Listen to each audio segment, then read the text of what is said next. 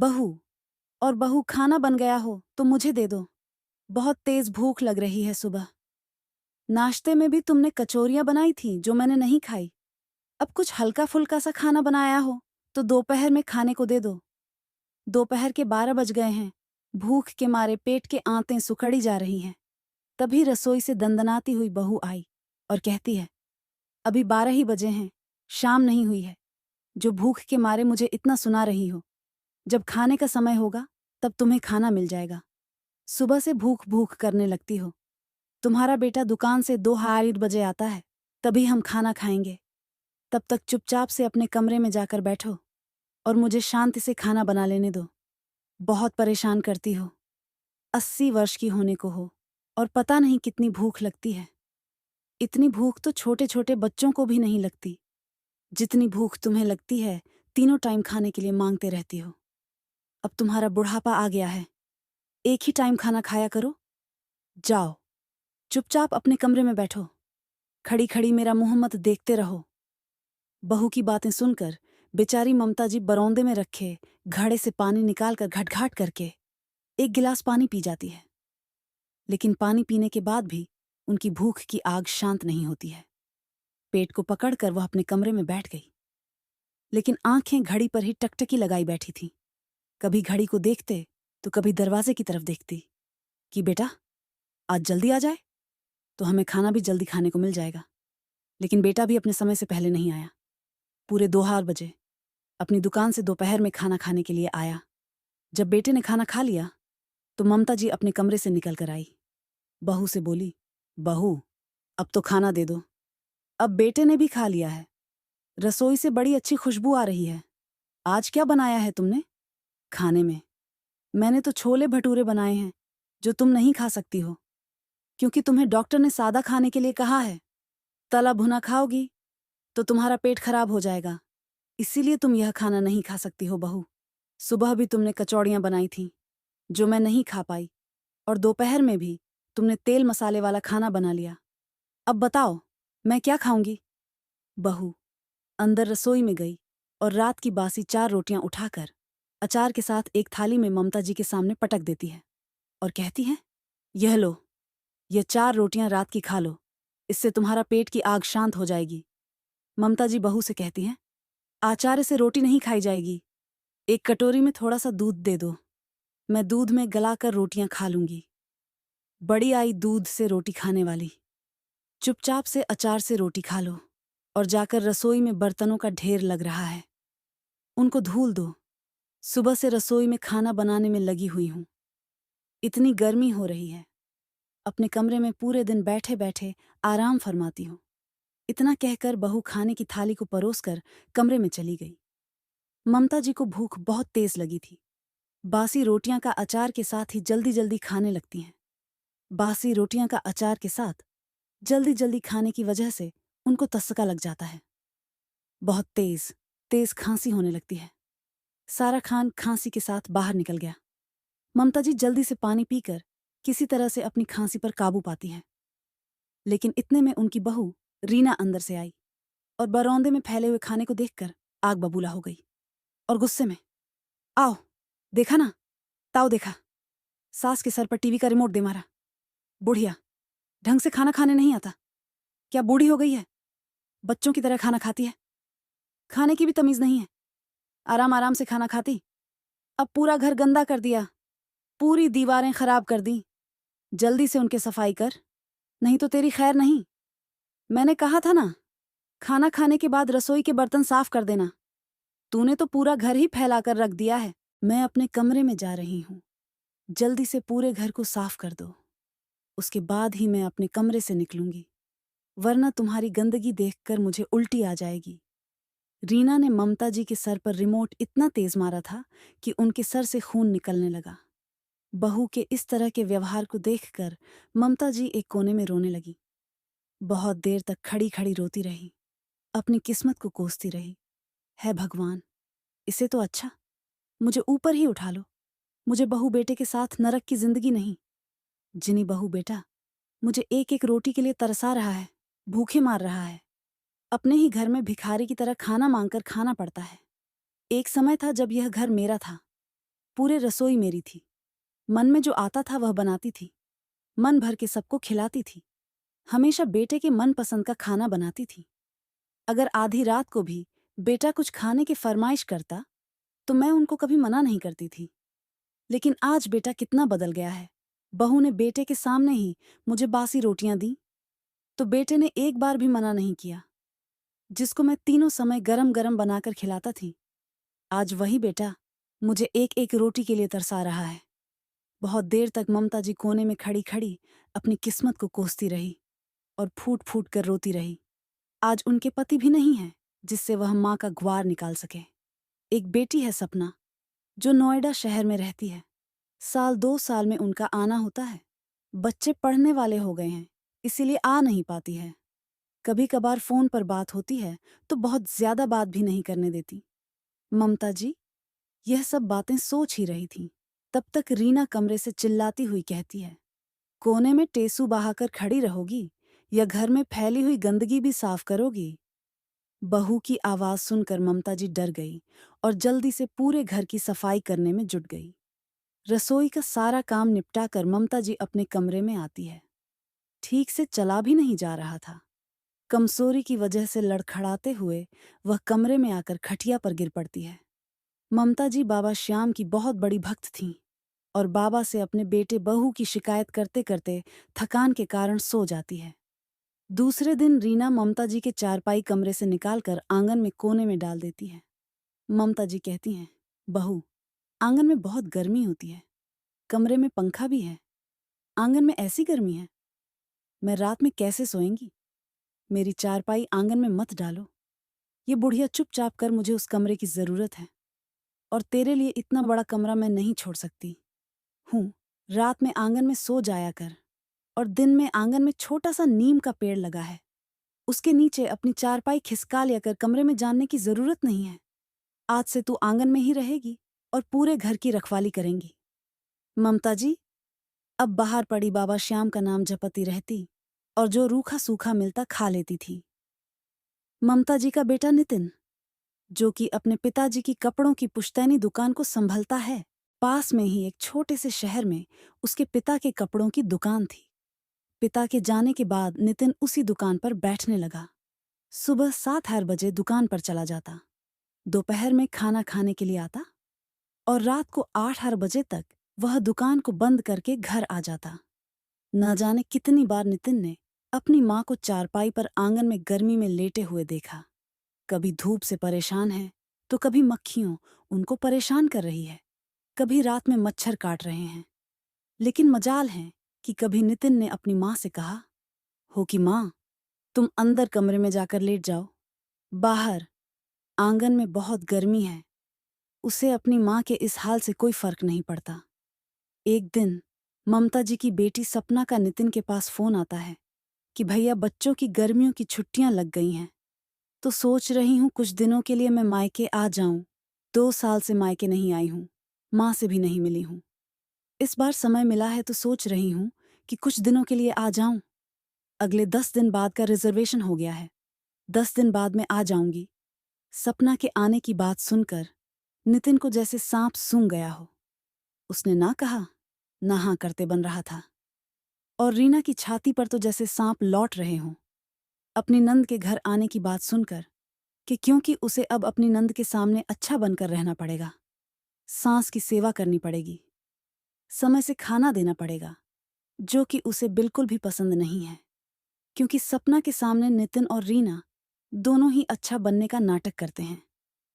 और सपना को भी यही पता है कि उसके भैया भाभी बहुत अच्छे हैं, उसकी माँ का बहुत अच्छे से ख्याल रखते हैं। उसे तो अपनी माँ की हकीकत कुछ पता ही नहीं है कि उसके भैया भाभी उसकी माँ को कितना परेशान करते हैं। एक पालतू जानवर की तरह घर पर रखे हुए हैं, समय से खाने को भी नहीं देते, घर के सारे काम कराते हैं। लेकिन अचानक से सपना 2 दिन बाद ही अपने मायके आ गई। मायके में जैसे ही वह घर के अंदर आई तो तपती हुई धूप में छोटे से नीम के पेड़ के नीचे देखती है कि उसकी माँ चारपाई पर लेटी हुई है, सूख कर कांटा हो गई है।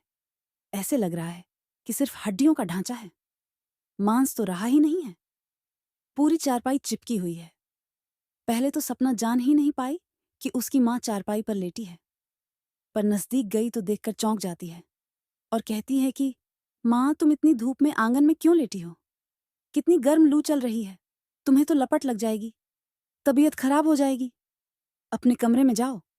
बेटी की आवाज सुनकर ममता जी हाथों की टेक लगाकर चारपाई से उठकर बैठी है।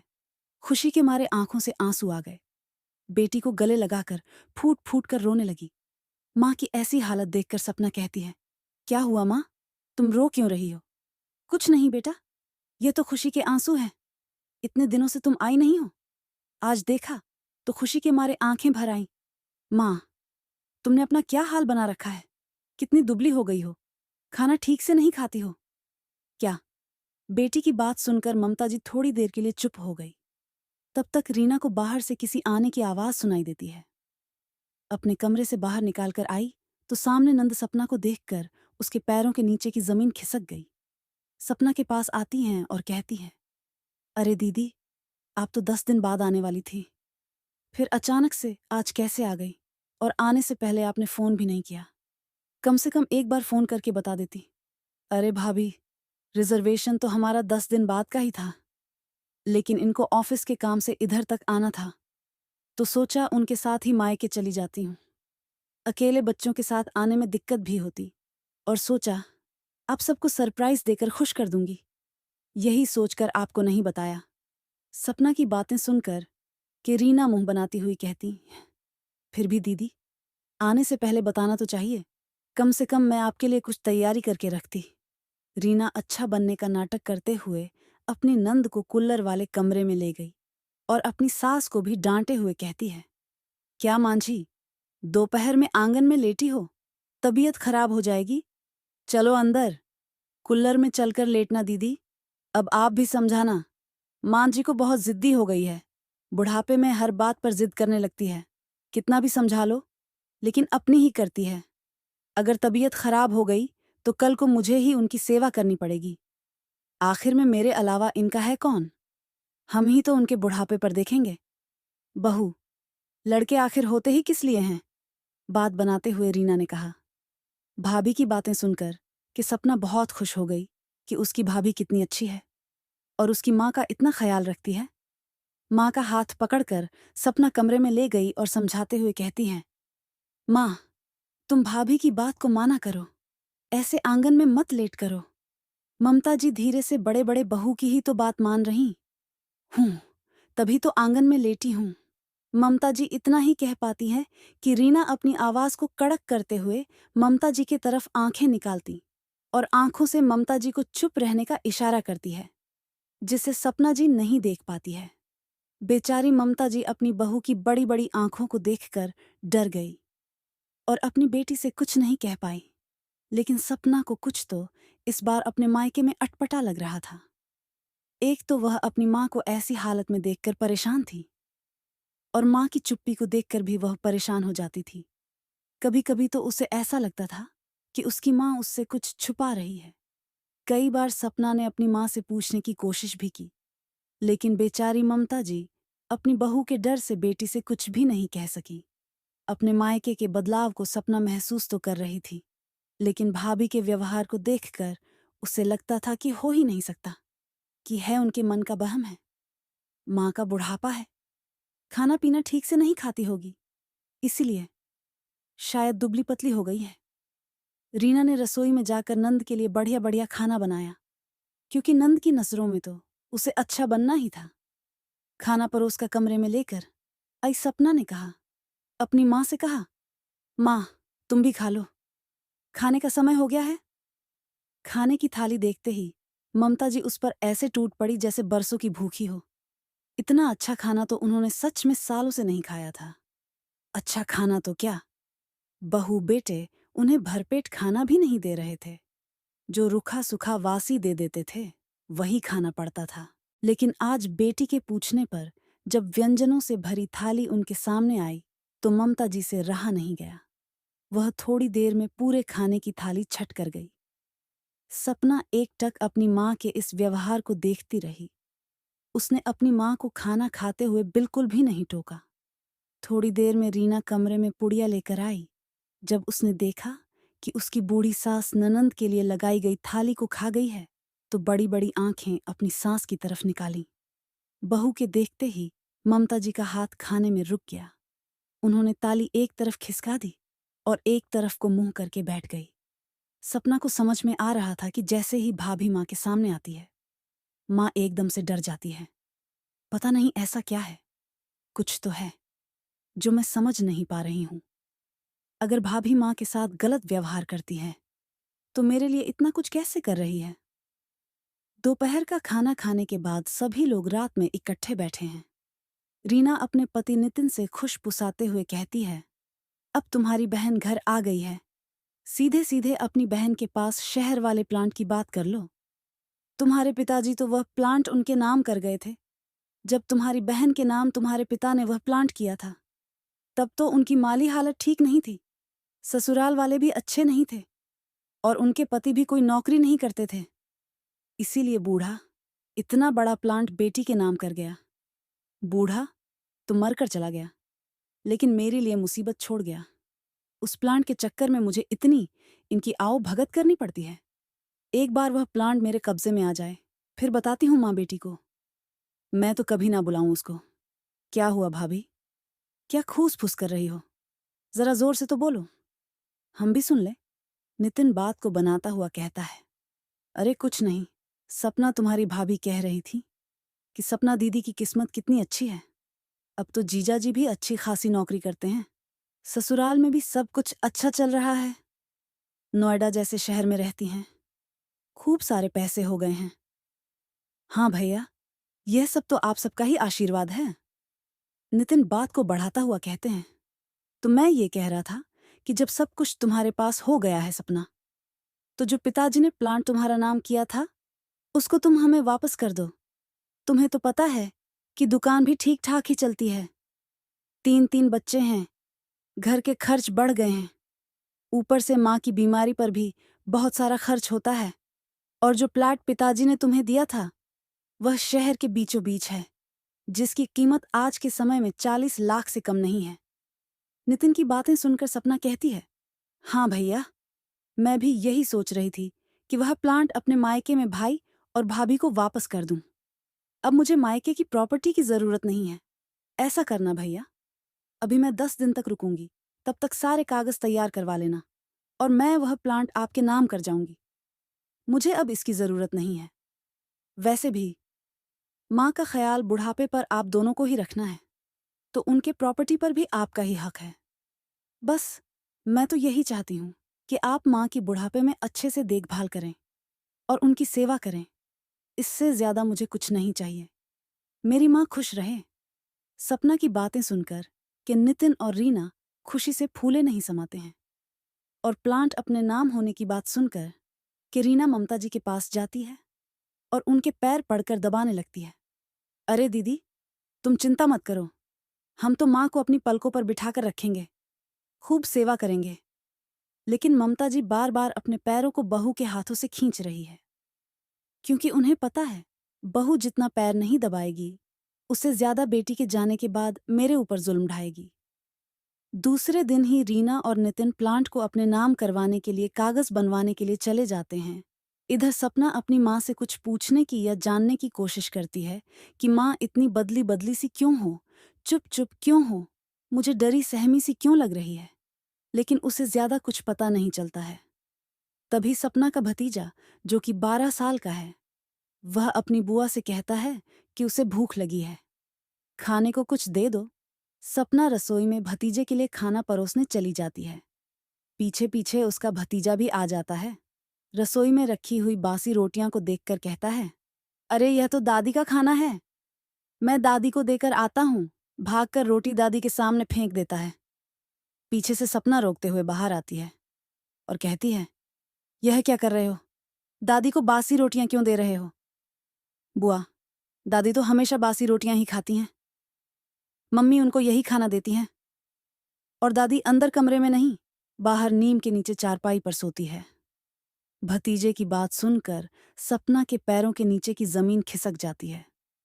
उसे तो भरोसा ही नहीं हो रहा है कि जो भाभी भाई उसके सामने इतना अच्छा बनने का नाटक कर रहे हैं, उसके पीठ के पीछे माँ के साथ ऐसा व्यवहार करते हैं। माँ के साथ ऐसा अत्याचार देखकर सपना की आंखों से आंसू बहने लगे। हिम्मत करके माँ के पास गई और पूछती है, माँ, तुम्हारे सर पर यह चोट कैसे लगी?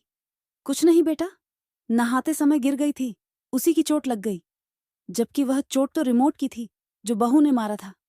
सपना समझ जाती है कि माँ को भाभी ने बहुत डरा कर रखा है, इसीलिए वह कुछ भी बोलने से डरती है और उसे माँ के डरे हुए व्यवहार का पता चल जाता है।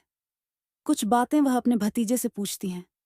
छोटा सा भतीजा बुआ से सब कुछ कह देता है, जिसे सुनकर सपना का दिल दहल जाता है। वह भाई भाभी को सबक सिखाने का निर्णय लेती है। उसे पता है, अगर वह सीधे सीधे भाई भाभी से कुछ कहेगी तो दोनों मानने के लिए तैयार नहीं होंगे, बल्कि उसे ही गलत ठहरा देंगे। और तो और, मुझे मायके की प्रॉपर्टी चाहिए, ऐसा इल्जाम भी मुझ पर लगा देंगे। तो मुझे कुछ ऐसा करना पड़ेगा जिससे मैं उन दोनों की अत्याचार का पर्दाफाश कर सकूं। यही सोचकर सपना मौका पाकर एक दिन जब उसके भाई भाभी किसी काम से घर के बाहर गए थे, पूरे घर में सीसीटीवी लगवा देती है और जानबूझकर किसी न किसी काम के बहाने घर से बाहर चली जाती है। अकेले में माँ के साथ क्या व्यवहार करते हैं, इस बात को वह जान सके और रिकॉर्डिंग को देख सके। सपना के ससुराल जाने के सिर्फ 2 ही दिन बचे हैं। रीना बढ़िया सा खाना सपना के लिए लेकर आती है। सपना खाने की थाली को माँ को दे देती है। उसे कुछ जरूरी काम आ जाता है, जिसकी वजह से वह बाजार चली गई। इधर रीना जब सास के हाथ में गरम गरम खाने की थाली को देखते हैं तो गुस्से के मारे आग बबूला हो जाती है। बूढ़ी सास के हाथ से थाली को छीन लेती है और ममता जी के बालों को पकड़कर जोर से खींचकर कहती हैं, बुढ़िया, तेरी हिम्मत कैसे हुई? गरम गरम खाना खाने की भूल गई है? तेरी औकात बासी खाना खाने की है। मेरे सामने मुझसे गरम गरम खाना बनवा कर खा रही है। तेरी बेटी को जाने दो, फिर देख तेरी अक्ल ठिकाने लगती हूं। इतना कहकर जोर से धक्का दे देती है, जिससे ममता जी का सर दीवार से जाकर टकरा गया। बहुत तेज चोट लग गई। बाहर बाजार में एक दुकान पर बैठी हुई सपना फोन के कैमरे से यह सब कुछ देख रही थी। ये सब देखकर उसका दिल दहल रहा था। मन कर रहा था कि अभी जाकर भाभी को 2 थप्पड़ लगाए। रीना इतने पर भी नहीं रुकती है और जोर से सास के हाथ पकड़कर रसोई में ले गई, जहां बर्तनों का ढेर लगा रहता है। कहती है, जल्दी से इनको धुल दो। जब तक तेरी बेटी आ रही है, उससे पहले साफ हो जाने चाहिए। जल्दी जल्दी हाथ चलाना बहुत सेवा करवा ली तूने। पिछले 1 हफ्ते में आधे घंटे बाद सपना घर वापस आ गई। सपना को देखते ही उसकी भाभी कहती हैं, दीदी, आज खाना खाने के बाद कोर्ट चलना है। तुम्हारे भैया ने सारे कागज तैयार करवा लिए हैं, बस दस्तखत करने की देरी रह गई है। सपना कहती है, हाँ भाभी, बस दस्तखत करने की देरी रह गई है, लेकिन अभी घर तुम्हारा नहीं हुआ है। आपको प्लांट के साथ साथ कुछ और भी देना है। और क्या देना है दीदी? मैं समझी नहीं, आप क्या कहना चाहती हो? सपना भाभी के गाल पर 2 जोरदार थप्पड़ लगाती है। गाल पर पड़े थप्पड़ को देखकर रीना तमतमा जाती है। तुम्हारी हिम्मत कैसे हुई मेरे ऊपर हाथ उठाने की? सपना कहती।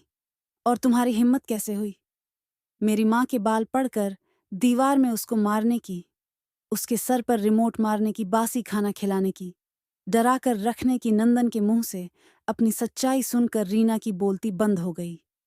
तब तक कमरे से कागजात निकालकर नितिन भी आ गया। रीना रोती हुई शिकायत करती है कि तुम्हारी बहन ने मुझे थप्पड़ मारा। नितिन चिल्लाते हुए सपना से कहता है कि तुम पागल हो गई हो। सपना जो अपनी भाभी पर हाथ उठा रही हो, क्या यही सीखा है तुमने, अपने बड़ों पर हाथ उठाना? वाह भैया, आज मैंने भाभी के ऊपर हाथ उठा दिया तो आपको बड़ा बुरा लग रहा है, लेकिन कल तुम्हारी पत्नी मेरी बुजुर्ग माँ के ऊपर हाथ उठाती थी, उसके साथ अत्याचार करती थी। वह तो आपको दिखाई ना दिया। माँ के साथ अत्याचार करने में आप भी भागीदार हैं। मैं आप दोनों को कभी माफ नहीं करूंगी। तो क्या कर लोगी? तुम कुछ नहीं बिगाड़ पाओगी, रीना चिल्लाते हुए कहती है। सपना बाहर खड़े हुए पुलिस इंस्पेक्टर को आवाज देते हुए कहती, आ जाइए इंस्पेक्टर साहब, गिरफ्तार कर लीजिए इन दोनों को, और इन दोनों की काली करतूत को भी देख लीजिए। इन दोनों की सारी करतूतें सीसीटीवी कैमरे में कैद हो गई हैं। सीसीटीवी की बात सुनकर नितिन और रीना चारों तरफ घर में नसरे दौड़ आते हैं तो पसीने छूट जाते हैं। कैमरे लगे हुए हैं। जब सीसीटीवी कैमरा पुलिस देखती है कि इन दोनों ने मां के साथ किस तरह का व्यवहार किया है, कितना अत्याचार किया है, एक पल गंवाए बिना दोनों को गिरफ्तार कर लेती है। जाते जाते सपना भाई भाभी को कहती है, अब तुम्हारी यही सजा है कि तुम अपनी पूरी जिंदगी जेल में काटो रही। बात माँ की तो माँ को मैं अपने साथ लेकर जा रही हूँ। उनकी सेवा करूंगी और उन्हें बहुत प्यार से अपने साथ रखूंगी। चलो माँ, आप मेरे साथ मेरे घर चलो। अब इस घर में आपको रहने की बिल्कुल भी जरूरत नहीं है, बिल्कुल भी डरने की जरूरत नहीं है। आपकी बेटी आपके साथ है। इतना कहकर सपना अपनी माँ को अपने साथ ले जाती है। बहुत अच्छे से अपनी माँ का ख्याल रखती है, समय पर इलाज करती है। ममता जी को अपनी बेटी के घर में बहुत अच्छा लगता है। कुछ दिनों में वह स्वस्थ हो जाती है। अपनी माँ को स्वस्थ देखकर सपना की खुशी का ठिकाना नहीं रहता है। तो दोस्तों, आपको आज की हमारी कहानी कैसी लगी? अगर कहानी पसंद आई हो तो कमेंट करके ज़रूर बताइएगा।